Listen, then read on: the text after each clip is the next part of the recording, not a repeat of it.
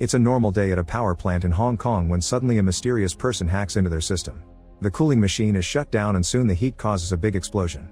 Hundreds of workers are killed or severely wounded and people within a 10-kilometer radius are evacuated. Meanwhile, in a prison in the USA, hacker Nick is handcuffed and taken out of his cell. The cops find a hidden device among his things and discover all of the criminals on Nick's block have recently received some money in their accounts, so they think Nick did it. He immediately denies it, so he's put in solitary confinement, where he exercises to keep himself busy.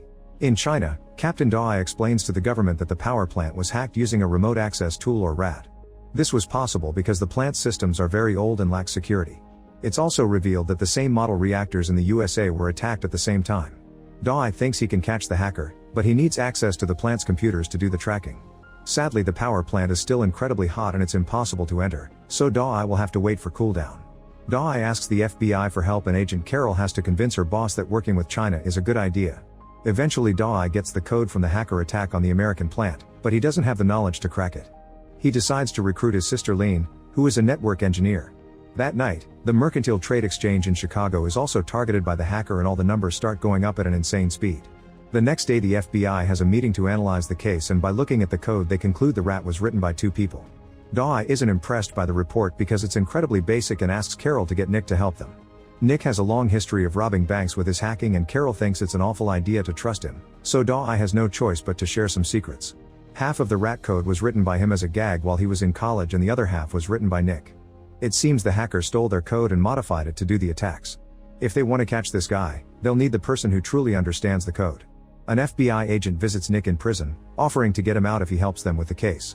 However, Nick reads the document and notices he'll only be out for a couple of weeks, so he refuses to sign it. Instead, he offers a new deal. If he catches the hacker, his sentence ends. If he doesn't, then they can send him back to jail.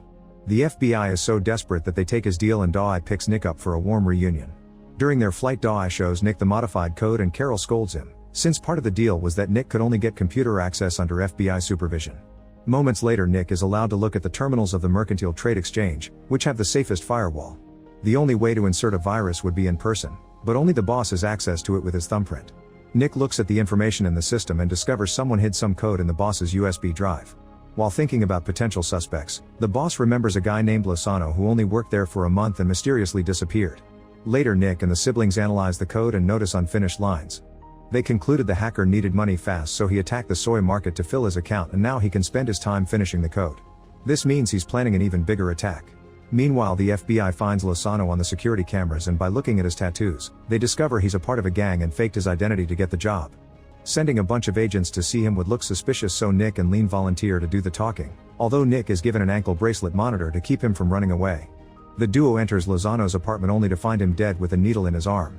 Nick and Lin check Lozano's computers and find powerful devices that encrypt all his data and keep him anonymous with no IP address, which the hacker must have set up for him. There's a mysterious email asking for a meeting and Nick answers it to confirm time and place. The agent watching over Nick tries to report what happened, but he has no signal, so Nick takes his phone to fix it. He uses this chance to modify the app that keeps track of his ankle monitor. In the meantime, Carol and Dai ask the boss of the trade exchange market for access to all their client files. At first he refuses because it would break confidentiality, but he gives in when Carol threatens to tell the press that his market isn't safe anymore.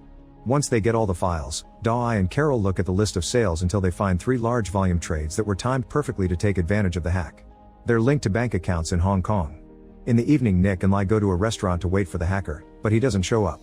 Nick notices security cameras and sneaks into the back room to check the computer. It turns out the hacker has been watching them through the cameras all along. Checking the information in the camera software, Nick notices that the hacker has an IP in Ukraine and sends him a message, only to get insulted. A furious Nick returns to the main room and tells Lin they should leave, but at that moment a bunch of thugs enter the restaurant and ask them who they are.